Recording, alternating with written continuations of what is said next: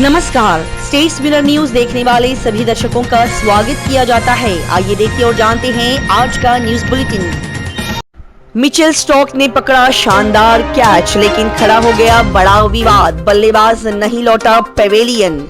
अगर आप भारतीय क्रिकेट टीम के फैन हैं तो आपको ये बात जरूर याद होगी कि कैसे वर्ल्ड टेस्ट चैंपियनशिप 2023 के फाइनल में शुभमन गिल का कैच जो कैमरॉन ग्रीन ने पकड़ा था, उसने मैच पलट दिया था।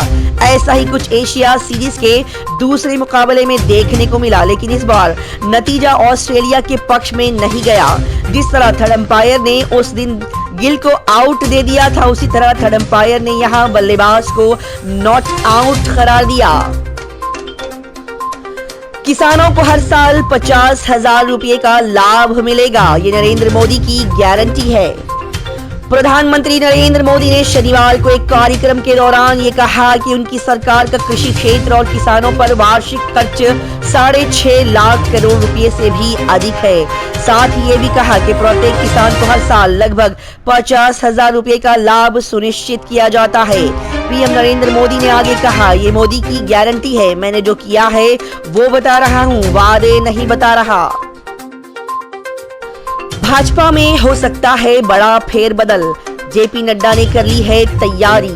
अगले साल होने वाले लोकसभा चुनाव को लेकर सत्तारूढ़ भारतीय जनता पार्टी तैयारियों में जुट गई है। संगठन से लेकर सरकार तक चल रहे समीक्षाओं के दौरे के बाद भावी बदलावों को लेकर पार्टी पर दबाव बढ़ने लगा है। ये बदलाव केंद्र से लेकर राज्यों तक संभावित है। दरअसल हिमाचल प्रदेश और कर्नाटक की हार के बाद पार्टी पूरी तरह से सतर्क हो गई है और वो जरूरी कदम उठाने के लिए तैयार दिख रही है। शनिवार को पार्टी अध्यक्ष जेपी नड्डा ने विभिन्न मोर्चों की संयुक्त बैठक की और पार्टी महासचिवों के साथ बैठक में महाजनसंपर्क अभियान की समीक्षा की है। चूहों ने गुल की ट्रैफिक सिग्नल की बत्ती, भयानक ट्रैफिक जैम में फंसा रहा पूरा शहर, जानिए इसकी वजह। मुजफ्फरपुर में बारिश के बीच चूहों ने मांडीपुर चौराहे पर लगे ट्रैफिक सिग्नल की बत्ती गुल कर दी, जिसके चलते शनिवार सुबह 9 बजे से ही सिग्नल ने काम करना बंद कर दिया। इसके कारण वहां जैम लगना शुरू हो गया। जैम के कारण गाड़ियों की कतार मांडीपुर ओवरब्रिज होते इमली चट्टी तक पहुंच गया। उधर इमली चट्टी में जल जमाव और गड्ढे के कारण पहले से जैम लगा था, इससे समस्या और गंभीर हो गई। अगर आज हो जाएं लोकसभा चुनाव तो किसकी बनेगी सरकार? सर्वे में चौंकाने वाले नतीजे सामने आए। कांग्रेस बीजेपी को कितनी सीटें मिलेंगी? अगले साल होने वाले लोकसभा चुनाव में अब महज कुछ ही महीनों का समय बाकी बचा है। कांग्रेस, जेडीयू, टीएमसी समेत तमाम विपक्षी दल बीजेपी के खिलाफ महामोर्चा बनाने की तैयारी कर रहे हैं। पिछले दिनों पटना में इसको लेकर अहम बैठक भी हुई है, जिसमें एक साथ चुनाव लड़ने पर सहमति जताई गई। उधर बीजेपी भी अपनी तैयारियों में लग गई है। वो यूनिफॉर्म सिविल कोड पर काफी सक्रिय है। केंद्र सरकार लोकसभा चुनाव से पहले इस पर कानून बना सकती है। इन सब के बीच लोगों के मन में सवाल उठ रहे हैं कि आखिर देश का मिजाज क्या है? अगर आज चुनाव हो जाते हैं तो बीजेपी की ही सत्ता में वापसी होगी या फिर कांग्रेस समेत विपक्षी दल बहुमत हासिल करने में कामयाब हो जाएंगे? सुप्रीम कोर्ट से सीतलवाड़ को मिली बड़ी राहत, नहीं करना होगा सरेंडर, मिल गई अंतरिम सुरक्षा।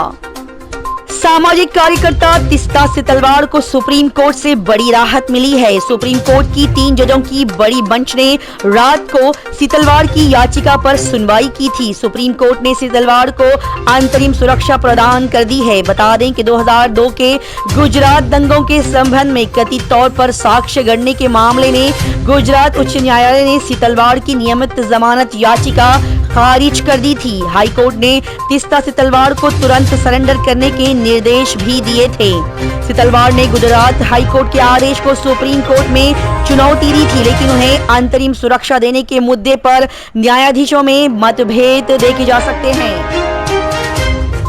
मणिपुर के दौरे पर नरेंद्र मोदी पर क्यों चुप रहे राहुल गांधी? पूर्वोत्तर को लेकर कांग्रेस का खास प्लान। कांग्रेस के पूर्व राष्ट्रीय अध्यक्ष राहुल गांधी ने मणिपुर का दौरा किया। राहुल गांधी ने राहत शिविरों का दौरा करके पीड़ित लोगों का दुख दर्द जाना।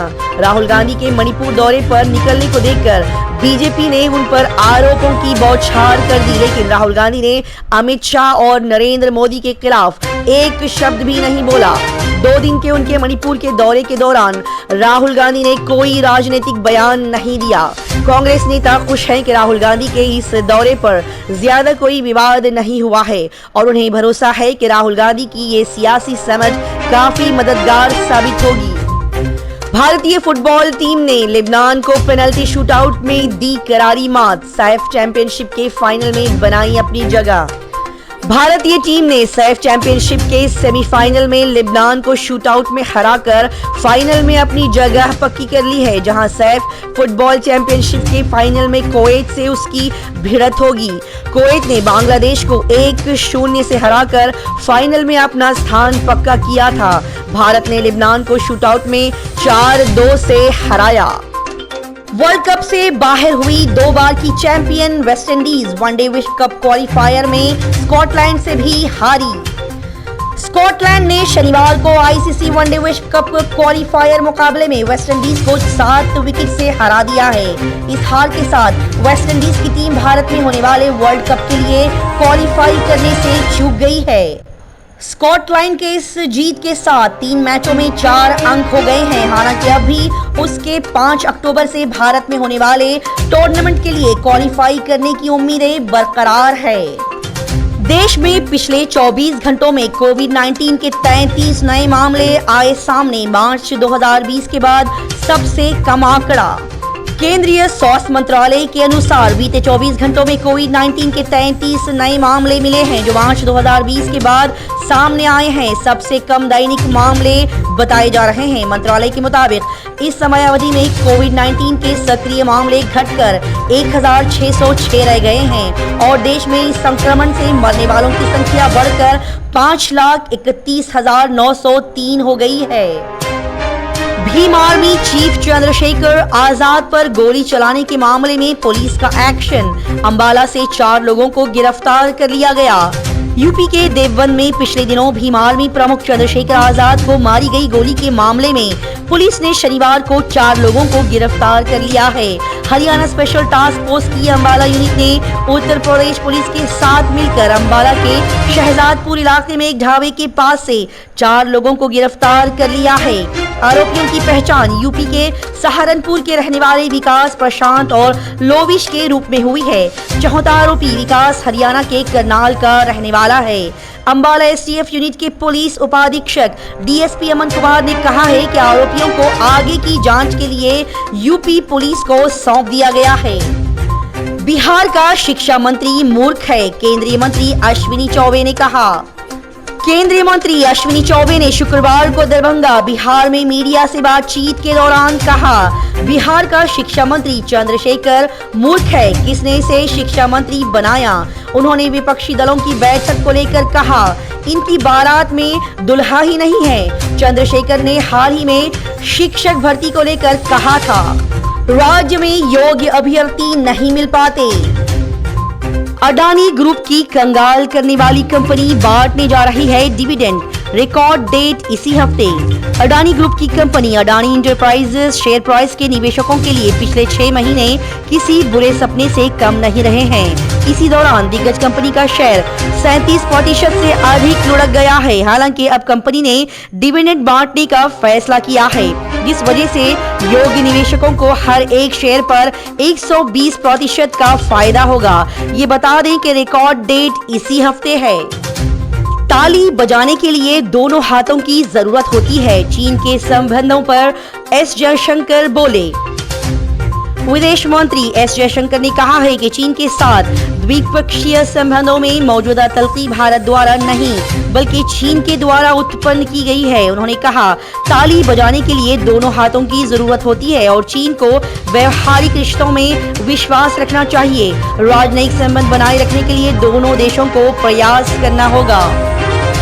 रेलवे स्टेशन जलमग्न, कई शहरों में बाढ़ जैसी हालात। गुजरात में बारिश से मची हाहाकार और 9 लोगों की हो गई मौत। मॉनसून के लिए तरस रहे गुजरात में अब आसमान से कहर बरपा हो रहा है। राज्य के कई हिस्सों में पिछले कई दिनों से हो रही भारी मॉनसूनी वर्षा का सिलसिला अभी भी जारी है। राज्य में पिछले 24 घंटे के दौरान जूनागढ़ के विसावदर तालुके में सर्वाधिक 398 मिलीमीटर, कच्छ के अंजार में 233 मिलीमीटर और जामनगर तालुके में 210 मिलीमीटर बारिश होने से जनजीवन अस्त व्यस्त हो गया है।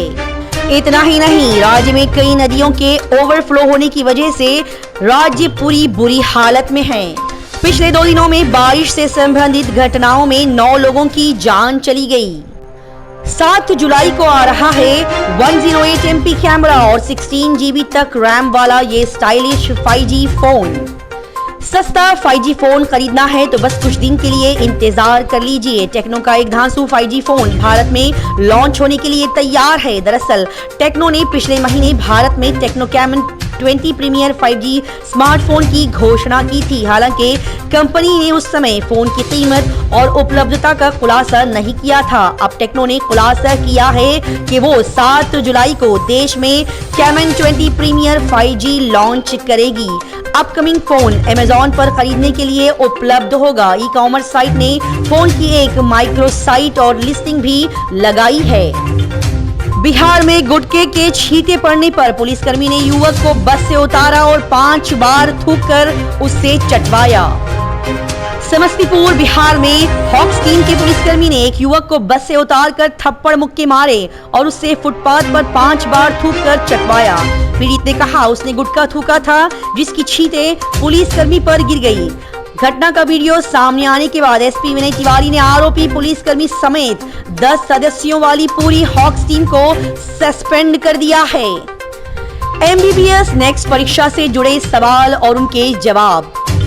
देश भर के मेडिकल कॉलेजों में दाखिल के लिए नीट की जगह पहली बार होने वाली बहुप्रतीक्षित MBBS next national exit test next exam की परीक्षा के लिए राष्ट्रीय चिकित्सा आयोग ने आधिकारिक तौर पर नियम तय कर दिए हैं। लेकिन इसी परीक्षा को लेकर मेडिकल छात्राओं के मन में कई सारे प्रश्न उठ रहे हैं। इन्हीं प्रश्नों में से कुछ प्रश्न कि जवाब हिंदुस्तान टीम ने राष्ट्रीय चिकित्सा आयोग NMC के एथिक्स एवं मेडिकल पंजीकरण बोर्ड के सदस्य प्रोफेसर योगेंद्र मालिक से जानने की कोशिश की गई है। HDFC के चेयरमैन दीपक पारेख ने की रिटायरमेंट की घोषणा। Housing development finance corporation HDFC के चेयरमैन दीपक पारेख ने अपने रिटायरमेंट की घोषणा की है। पारेख ने 30 जून को HDFC के शेयर धारकों को लिखे अपने आखिरी पत्र में कहा है, मेरे संन्यास लेने का समय आ गया है। ये बात भी बता दें कि HDFC और HDFC बैंक का विलय 1 जुलाई 2023 से प्रभावी होगा। दिल्ली में बीजेपी नेता सुरेंद्र मटियाला के मर्डर में बास्केटबॉल खिलाड़ी गिरफ्तार। लॉरेंस बिश्नोई नंदू गैंग से जुड़े हैं इसके तार। दिल्ली में इस साल अप्रैल में हुई भारतीय जनता पार्टी भाजपा नेता सुरेंद्र मटियाला की हत्या के सिलसिले में स्टेट लेवल के पूर्व बास्केटबॉल खिलाड़ी को गिरफ्तार कर लिया गया है। भाजपा की दिल्ली इकाई के किसान मोर्चा के नेता मटियाला की 14 अप्रैल को द्वारका के बिंदापुर स्थित उनके ऑफिस में 2 लोगों ने गोली मारकर हत्या कर दी थी। कई राज्यों में भारी से अत्यंत भारी बारिश होने की चेतावनी दी गई। सूची भी जारी की गई। IMD ने अगले कुछ दिनों में पश्चिम बंगाल, सिक्किम, बिहार, असम, मेघालय, अरुणाचल प्रदेश और उत्तराखंड में भारी से अत्यंत भारी बारिश होने की चेतावनी जारी की है। वहीं 4 जुलाई तक केरल, कर्नाटक, तमिलनाडु, आंध्र प्रदेश, तेलंगाना, गोवा, महाराष्ट्र, मध्य प्रदेश, उत्तर प्रदेश, राजस्थान और गुजरात में भी भारी से अत्यंत भारी बारिश होने की संभावना है। 20 जुलाई को होगी साक्षी हत्याकांड की सुनवाई। शाहबाद डेयरी में नाबालिग पर चाकू से किए गए थे कई सारे वार। दिल्ली की रोहिणी कोर्ट ने साक्षी हत्याकांड के आरोपी साहिल खान मामले में दायर चार्जशीट पर संज्ञान लिया है। कोर्ट इस मामले पर 20 जुलाई को सुनवाई करेगी। 28 मई 2023 को शाहबाद डेयरी इलाके में एक नाबालिग लड़की पर चाकू से ताबड़तोड़ वार किए गए थे। इसके बाद आरोपी ने उसके चेहरे पर पत्थर से कई सारे वार करके उसकी हत्या कर दी थी। पुलिस ने शुक्रवार को इस मामले में चार्जशीट दाखिल की है, जिस पर कोर्ट ने शनिवार को संज्ञान लिया है। चार्जशीट में कहा गया है कि साक्षी और साहिल खान पहले से ही एक दूसरे को जानते थे। दरभंगा से नई दिल्ली जा रही बिहार संपर्क क्रांति एक्सप्रेस में लगी भयानक आग, मची अफरा तफरी। दरभंगा से शनिवार को नई दिल्ली रवाना हुई बिहार संपर्क क्रांति एक्सप्रेस में हायाघाट और थलवारा स्टेशन के बीच एक बोगी में आग लग गई, जिसके बाद यात्रियों में अफरा तफरी मच गई। समस्तीपुर रेल मंडल के DRM आलोक अग्रवाल ने बताया कि S2 में ब्रेक बाइडिंग की वजह से धुआं निकला था और इस पर तुरंत ही काबू पा लिया गया। भगवान शिव बने दुल्हा, 450 दुल्हनों ने पहनाई वरमाला, कोई है MA, MPhil तो कोई CA। राजस्थान के सिरोही में 400 बहनों ने लाखों रुपए का पैकेज छोड़कर संयम का पथ अपना लिया है। आबू रोड में देश भर से आई युवा बहनों ने अपने जीवन का महत्वपूर्ण फैसला लेते हुए ब्रह्मा कुमारी संस्थान में अपने आप को समर्पित कर दिया है। ये समर्पण अपने आप में खास है क्योंकि वो परमात्मा को साक्षी मानकर और शिवलिंग के 7 फेरे लगाकर वरमाला पहनाई गई और अपना पूरा जीवन भगवान को समर्पित कर दिया। अब उनका पूरा जीवन परमात्मा की याद और मानवता की सेवा में गुजरेगा। इस दौरान उनके माता पिता के साथ रिश्तेदार भी वहां पर उपस्थित रहे। राजस्थान के देवीपुरा बालाजी धाम में 2700 किलो के रोट का लगा भोग, वीडियो आया सामने। सीकर राजस्थान के देवीपुरा बालाजी धाम में शनिवार को 2700 किलोग्राम के विशेष रोट का भोग लगाया गया। ये रोट 20 घंटे में तैयार हुआ था और इसे बनाने में 1125 किलोग्राम आटे, 1100 किलो ड्राई फ्रूट्स का इस्तेमाल किया गया। इसे 300 किलोग्राम के तवे पर सेकने से पहले क्रेन के जरिए 250 किलोग्राम के बेलन से बेला गया। यूपी में ज्वेलरी शॉप के मालिक के बच्चों को गन पॉइंट पर लेकर बदमाशों ने लूटे गहने। गाजियाबाद उत्तर प्रदेश में शुक्रवार को बदमाशों ने दिन दहाड़े एक ज्वेलरी शॉप लूट ली। घटना के समय दुकान पर मालिक के अलावा उसके बेटा बेटी भी मौजूद थे, जिन्हें गन पॉइंट पर लेकर गहनों और नकदी की लूट की गई। ये घटना का एक CCTV फुटेज भी सामने आया है और पुलिस ने टीमें गठित करके बदमाशों की तलाश शुरू कर दी है। प्लेटफॉर्म पर सोए लोगों पर पानी डालते पुलिसकर्मी का एक वीडियो सामने आया है। रेलवे ने दी प्रतिक्रिया। पुणे रेलवे स्टेशन के प्लेटफॉर्म पर सो रहे लोगों के मुंह पर बोतल से पानी डालते हुए एक पुलिसकर्मी का वीडियो सामने आया है। आलोचनाओं के बाद DRM पुणे इंदु दुबे ने ट्वीट किया, प्लेटफॉर्म पर सोने से असुविधा होती है, हालांकि यात्रियों को समझाने का ये तरीका बिल्कुल सही नहीं है। दुबे ने कहा, पुलिसकर्मी को सही बर्ताव करने की सलाह दी गई है। गाजियाबाद में डंप हो रहा था दिल्ली का कूड़ा, मेयर ने जब्त किए 9 ट्रक, गाड़ी छोड़कर भागे ड्राइवर। गाजियाबाद नगर निगम के अधिकारियों की लापरवाही के चलते दिल्ली के कूड़े को गाजियाबाद के डंपिंग यार्ड में चोरी छुपे डाला जा रहा है। शुक्रवार को महापौर सुनीता दयाल ने सूचना के आधार पर मोटा स्थित प्लांट पर छापा मारकर 3 ट्रक पकड़े और कुछ देर बाद प्लांट पर जा रहे 6 और ट्रक पाइपलाइन रोड से पकड़े गए। सभी 9 ट्रक पुलिस ने जब्त कर लिए हैं। इस संबंध में नगर निगम की ओर से थाना नंदग्राम और मुरादनगर थाने में तहरीर दर्ज की गई है। पुलिस अधिकारियों का कहना है कि रिपोर्ट दर्ज कर जल्दी छानबीन शुरू की जाए। मां का इकलौता बच्चा कौन था नाहेल, जिसकी मौत के बाद फ्रांस में भड़क उठे दंगे।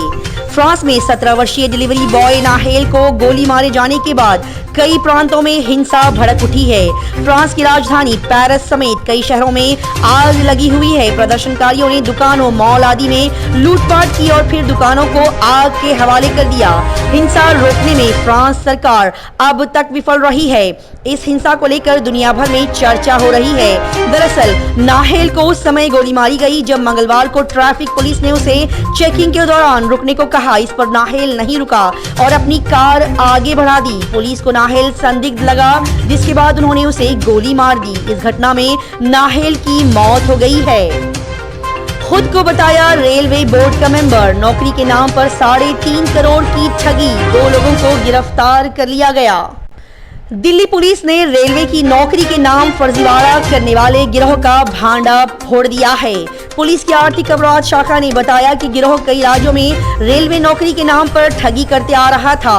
गैंग रेलवे ग्रुप C और D नौकरियां दिलाने के नाम पर पैसे ऐंठता था। पुलिस ने एक सामाजिक कार्यकर्ता समेत 2 लोगों को गिरफ्तार कर लिया है।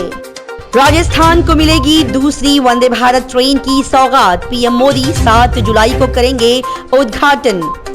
देश के अलग अलग राज्यों को लगातार मिल रही वंदे भारत ट्रेन के क्रम में राजस्थान के नाम एक और वंदे भारत ट्रेन आने वाली है। राजस्थान को दूसरी वंदे भारत ट्रेन की सौगात 7 जुलाई को मिलेगी। ये ट्रेन राजस्थान के जोधपुर से गुजरात के साबरमती तक चलेगी। लगभग 3 महीने पहले राजस्थान को पहली वंदे भारत ट्रेन की सौगात मिली थी, जो अजमेर से दिल्ली के बीच चल रही है।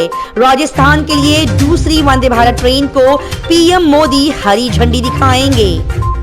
यूपी में अखिलेश के जन्मदिन पर समाजवादी पार्टी नेता ने उन्हें देश का भावी पीएम बताते हुए लगवाया होर्डिंग। समाजवादी पार्टी प्रमुख अखिलेश यादव के 50वें जन्मदिन पर लखनऊ में पार्टी दफ्तर के बाहर समाजवादी पार्टी प्रवक्ता फखरुल हसन ने उन्हें देश का भावी पीएम बताते हुए होर्डिंग लगवाया है। हसन ने यूपी तक से कहा, ये सपना हमने आदरणीय नेताजी मुलायम सिंह यादव के लिए देखा था, जो अधूरा रह गया। हम चाहते हैं कि 2024 में अखिलेश प्रधानमंत्री बने। आर अश्विन को बनाएं टीम इंडिया का कप्तान। दिनेश कार्तिक की एशियन गेम्स को लेकर बड़ी मांग। भारत के दिग्गज स्पिनर रविचंद्र अश्विन सीमित ओवर फॉर्मेट से लंबे समय से बाहर हैं। उन्होंने भारतीय टीम के लिए आखिरी वनडे और T20 मैच क्रमशः जनवरी और नवंबर 2022 में खेला था।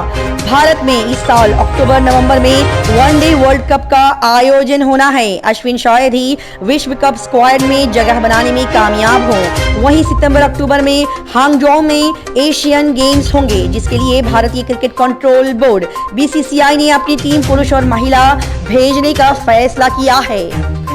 अंडे देने में हुई देरी तो पुलिसकर्मियों ने गुस्से में तोड़ी दुकान, 3 हुए निलंबित, वीडियो हुआ वायरल।